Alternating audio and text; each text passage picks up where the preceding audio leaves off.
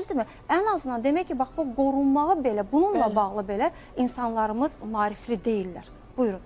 Bəli, burada elə qorunma vasitələrinin ən birinci təbliğindən söhbət getməlidir ki, ən birinci o kiçik cinayətlər oradan başlayır. Yəni ki, insanlar hansısa hisslərinin qurbanı edir körpələri.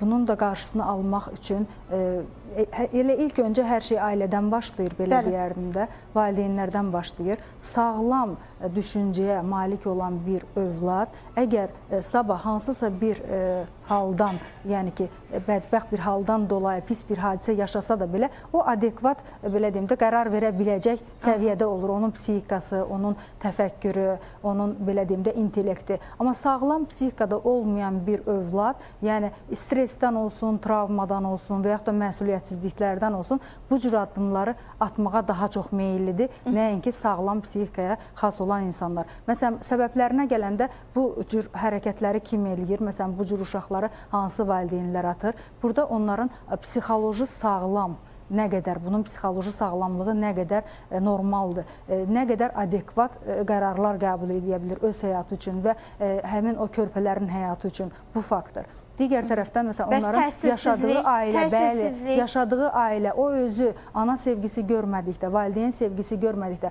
özü bundan məhrum olduqda o hissi bilmir axı. Onun üçün dünyaya gəlmiş bir övlad, yəni onda heç bir analıq hissi olmadığından çox rahat şəkildə bir əşya kimi bundan istifadə edir və yaxud da maddi maraqlarına qurban verir həmin körpəni. Kimlənsə münasibət qurdu, həmin insanı şantaj eləyə bilər və yaxud da ki, ondan istifadə eləyə bilər. Bu da alınmayanda əşya kimi həmin uşaqdan bu insanlar çox asanlıqla, belə deyim də, imtina eləyə bilirlər. Və məsuliyyət məsələsi. Bu insanların özlərinin şəxsiyyəti ilə bağlı məsələlər. İnfantil insanlar eləyir bunu daha çox. Öz məsuliyyətini dərk eləyə bilməyən və yaxud da ki, yaşı o həddə çatmayan yeniyetmələr olsun, gənclər olsun ki, özü yetişməmiş, o necə bir uşağı lap bətnində olsun və yaxud da ki, sonraki dövrdə tərbiyəsi ilə necə məşğul olacaq ki, əgər özünün, belə deyim də, bu cür inkişafı yox.